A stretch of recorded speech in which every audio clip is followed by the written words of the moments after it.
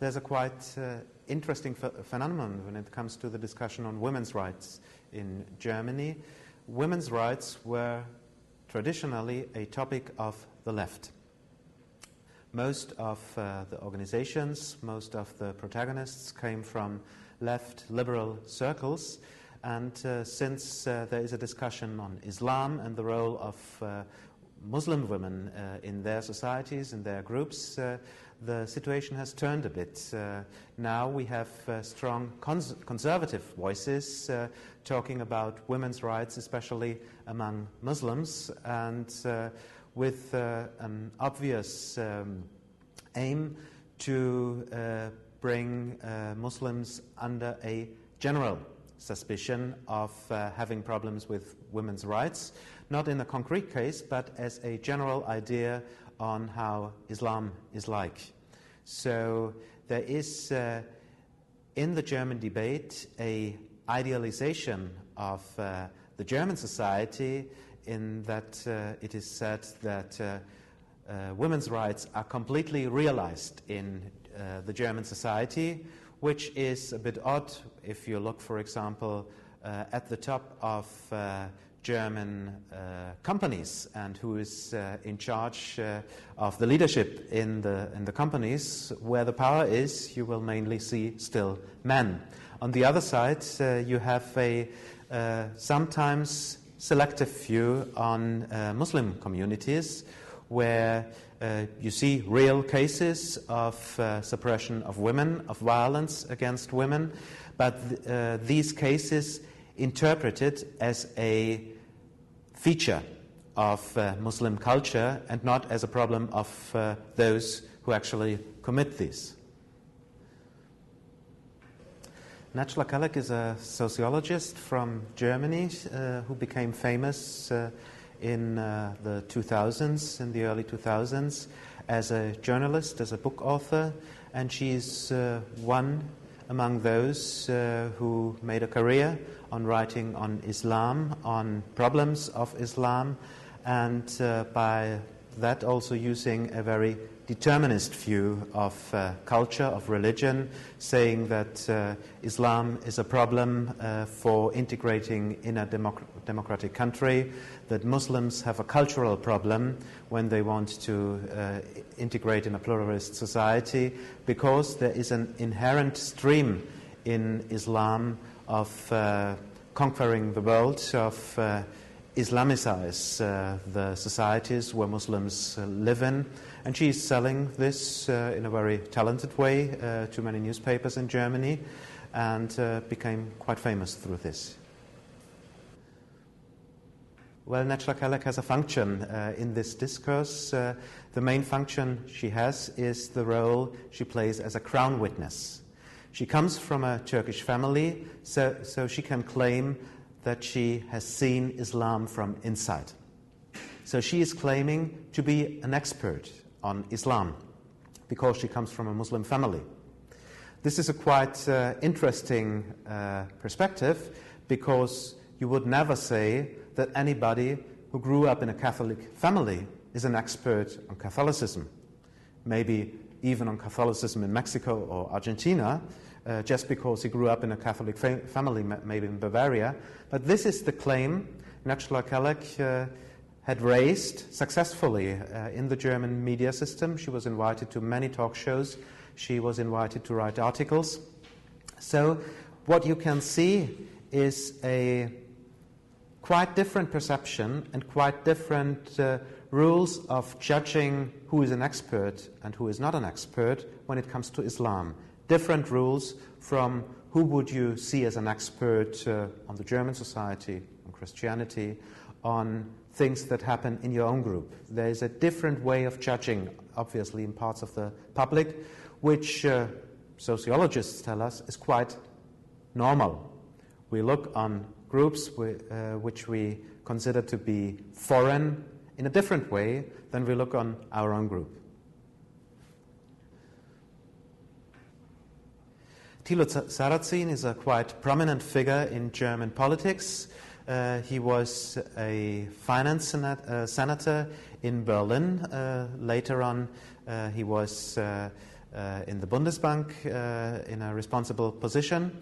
And he is a person who became famous not through his political functions, but rather through his interviews, and in the end through a book written in 2010, Germany is Doing Away with Itself, in which he is writing on Muslim culture as a danger for the German future, as a force which can destroy German culture as we knew it. So this is the main thesis, the main claim in his book, Germany is Doing Away with Itself.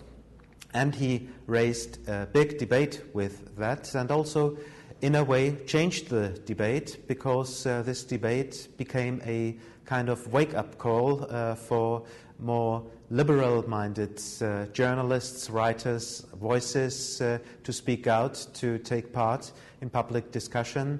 So he was the one who wrote a book that triggered a new process in the German debate. When you look on the quality press in Germany, you have quite a spectrum, starting from the liberal papers that were pretty explicitly writing against Sarrazin's thesis, to the Frankfurter Allgemeine, which is the most important center-right paper, where you have a pluralist structure inside the board of editors of this paper. You have voices there in line with Sarrazin. You have voices there criticizing Sarrazin very loudly. And you have papers like Die Welt on the right end of the spectrum, at least as far as the mainstream is concerned, who were very much in line with Sarrazin's claims of Muslims being a danger for German culture. When you take the mainstream, you will certainly have a majority of journalists arguing against what Sarrazin is claiming, testing the empirical basis of what he is saying, testing the statistics that he is using, and coming to the conclusion that much of what he's saying is pretty baseless. Parts of it is a selective interpretation of truth, and parts of it is part of the discussion for long years. For example, the problems many children from Muslim families, especially from Turkish families, do have in the education sector. This is not a new topic. This is a topic among specialists for at least a decade, and there are special social reasons for that. When you take the mainstream press as a whole, you would say that the majority of journalists was very critical to Sarrazin, quite in contrast to what you could see in the tabloids and what you could see in TV discussions, for example, where you had a more sensationalist tone. We have two debates in Germany. We have a debate on Turkey, on home issues, on foreign policy issues in Turkey. This is a debate mainly taking place in elite media, mainly taking place among the foreign policy elite, taking place among journalists. And there is a second debate which takes Turkey as a projection screen, as a field of projection for conflicts in the German society, conflicts about multiculturalism, conflicts about the role of different religions in the society, and where you can see that Turkey is not seen as an empirical phenomenon, but rather as a phenomenon, as an example of an Islamic society. And then you can see in some papers a quite selective view on Turkey and certain interpretations which tend to be on the right of the political spectrum to a culturalist, determinist view, saying, for example, that all the problems Turkey still has with democracy derive from Islam and not from a power constellation you would maybe focus on when you were talking about other countries. It's very interesting when you look into these right-wing movements that through Islamophobia you have a Europeanization of nationalism, also a Europeanization of contacts these groups have. For example, German right-wingers, people who are writing blogs, right-wing populist blogs, look to the Netherlands and take Geert Wilders as a hero. They look to Switzerland, take Christoph Blocher as a hero, the man who initiated the anti-minaret referendum. They look to Austria and see Mr. Strache as a kind of hero for what they want to achieve in Germany through an anti-Muslim discourse, coming more into the mainstream with their topics, with a more homogeneous traditionalist society, which is based more on authority, on Christianity, on a traditional view on a homogeneous, culturally homogeneous society. The interesting thing about the claim the German president made that Islam is a part of Germany is that you can read this claim in two versions. You can read it as an empirical statement. And there you would have to say there's no doubt that Islam is a part of Germany. There are thousands of mosques, of prayer rooms. There are millions of Muslims in Germany. You could read this statement in a second version as well as a normative statement, which would tell us Islam should be a part of Germany, of our future, of our common cultural heritage. And within this normative reading, there was an outrage in parts of the elites, an outrage which has its instrumental side. When you look into the Conservative Party, you have a all-in-all quite centrist Conservative Party in power in Germany, the CDU, a party which is a bit more to the right, the CSU, the Bavarian branch of the Conservatives, which is all in all, but all as well quite centrist.